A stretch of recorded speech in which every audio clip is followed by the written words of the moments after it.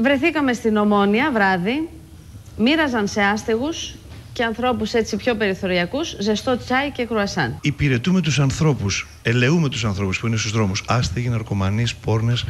Κάθε Τρίτη και Πέμπτη εξορμούν στην Ομόνια με ζεστό τσάι και κρουασάν και κηρύσουν την πίστη τους στους ανθρώπους που συχνάζουν εκεί τα βράδια. Αλληλούια. Πατέρα Ουράνιε, ευχαριστούμε για το προνόμιο που μας δίνεις άλλη μια φορά να στεκόμαστε εδώ και να πάμε εκεί στην πλατεία Ομονίας με τους ανθρώπους, τους φίλους μας που είναι στα ναρκωτικά, να τους πούμε ότι μπορεί να τους ελευθερώσει. Εκείνοι που δέχονται αυτή τη βοήθεια τους αντιμετωπίζουν συχνά με σκεπτικισμό. Άλλοι απλώς εκφράζουν την ευγνωμοσύνη τους. Θέλουμε να σας πούμε ότι υπάρχει ελπίδα.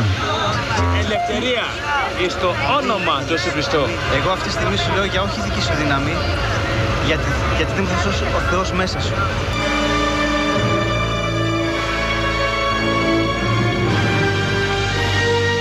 Ο κύριος Ηλίας μου είπε μόλις βγεις από τη φυλακή, είναι εκεί, έλα βρες με έχει βοηθήσει πάρα πολύ. Μόνο ο Θεός μπορεί να σε βοηθήσει, φίλε μου. Ο Σπύρος είχε μεγάλο πρόβλημα με τα πόδια του, ήταν τρισμένο. Έτσι, εκεί είπε, έτσι πήγε. Λοιπόν, έβαλα τα χέρια μου πάνω στα πόδια του και προσευχήθηκα. Αμέσως γίνηκαν κάτω τα πόδια. Πώς τι είπε τώρα, δεν τον άκουσα καλά.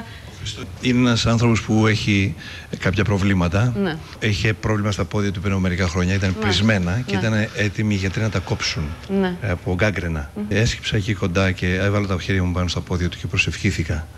Και πίστεψα απλά ότι ο Θεός κάτι μπορεί να κάνει για αυτόν τον άνθρωπο. Όταν σηκώθηκα από εκεί, από κάτω που ήμουνα, αυτός με αγκάλιασε γιατί κάποιος ενδιαφέρθηκε για αυτόν. Μετά από 20 μέρες, βλέπω κάποιον να τρέχει στο δρόμο. Ήμουν στην πλατεία Βάθης, εκεί έγινε το γεγονός. Και του λέω, τον αναγνωρίζω, λέω, φίλε, του λέω, τι γίνεται, τρέχεις? Μου λέει, Ηλία. Λέω, τι έγινε τα πόδια σου? Μια χαρά τα πόδια του ήταν. Μου λέει, ο Χριστός με θεράπευσε. Έγινε θαύμα δηλαδή. Ακριβώς. Συλλεύω του κυρίου Αρμένη Ηλία το έργο και καλό τις 8.500 ορθόδοξες ενορίες αυτού του τόπου να ανοίξουν διάπλατα για φαΐ και ψωμί. Μάλιστα, αυτό που έλεγα πριν είναι ότι ο Ιησούς Χριστός σώζει σήμερα και τώρα. Κάθε αμαρτωλός άνθρωπος που τον επικαλεστεί θα σωθεί. Αυτό ήθελα να σας πω.